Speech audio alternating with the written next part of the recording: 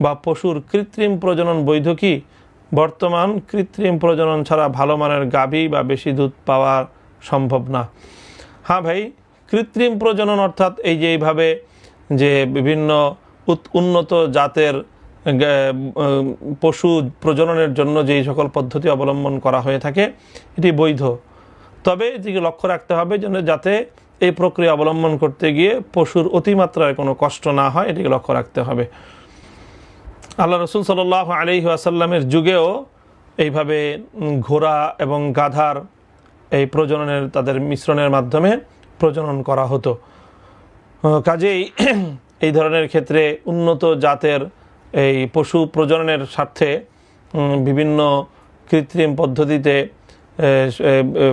গাভী অথবা যেই ছাগি রয়েছে তার গর্ভে উন্নত জাতের যে বীর্য সেটাকে স্থাপন করার প্রক্রিয়াটা অবলম্বন করা যেতে পারে, যদি এতে পশুর অতিমাত্রায় কোনো কষ্ট